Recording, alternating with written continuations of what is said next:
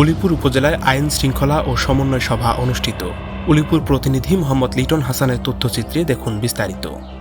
আমরা police relation officer হিসেবে public relation officer হিসেবে কাজ করতেছি, আর দায়বদ্ধতা সবচেয়ে বেশি আমার। আজ বৃহস্পতিবার ২১ মে ২০২৬ তারিখ সকাল ১১টায় উলিপুর উপজেলা পরিষদের সম্মেলন কক্ষের দ্বিতীয় তলায় উপজেলা প্রশাসনের উদ্যোগে আইন শৃঙ্খলা কমিটি ও সমন্বয় সভা অনুষ্ঠিত হয়।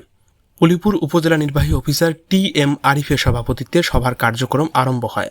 অনুষ্ঠানে উপস্থিত ছিলেন উপজেলা সহকারী কমিশনার ভূমি এস.এম. মেহেদী হাসান, উলিপুর উপজেলা অফিসার ইনচার্জ আবু সাইদ, উলিপুর উপজেলা প্রকল্প বাস্তবায়ন কর্মকর্তা ফিজানুর রহমান সহ বিভিন্ন ইউনিয়ন পরিষদের চেয়ারম্যানগণ।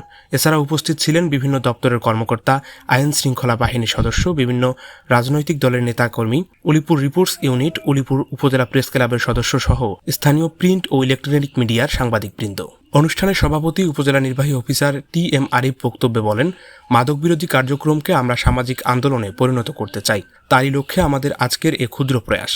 এই সামাজিক আন্দোলনে আমরা সমাজের সর্বস্তরের নাগরিকদের যুক্ত করে মাদকবিরোধী সুখী সমৃদ্ধ দেশ গঠনে ভূমিকা রাখতে পারব বলে আমি বিশ্বাস করি।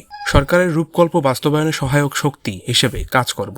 তিনি আরও বলেন, বাল্যবিবাহ নারীর শারীরিক ও বুদ্ধিভিত্তিক বিকাশের পথ রুদ্ধ করে দেয়, যা নারীর ক্ষমতায়নকে অনিশ্চয়তার দিকে ঠেলে দেয়। প্রচেষ্টার অন্ত নেই আমাদের, তবুও দেশের ৬৪% বিয়ে বাল্যবিবাহ হিসেবে চিহ্নিত হয়েছে। উলিপুর থানার অফিসার ইনচার্জ আবু সাইদ বলেন, আমরা বাল্যবিবাহ, জুয়া, মাদক মুক্ত সমাজ করার লক্ষ্যে সর্বাত্মক প্রচেষ্টা চালিয়ে যাচ্ছি।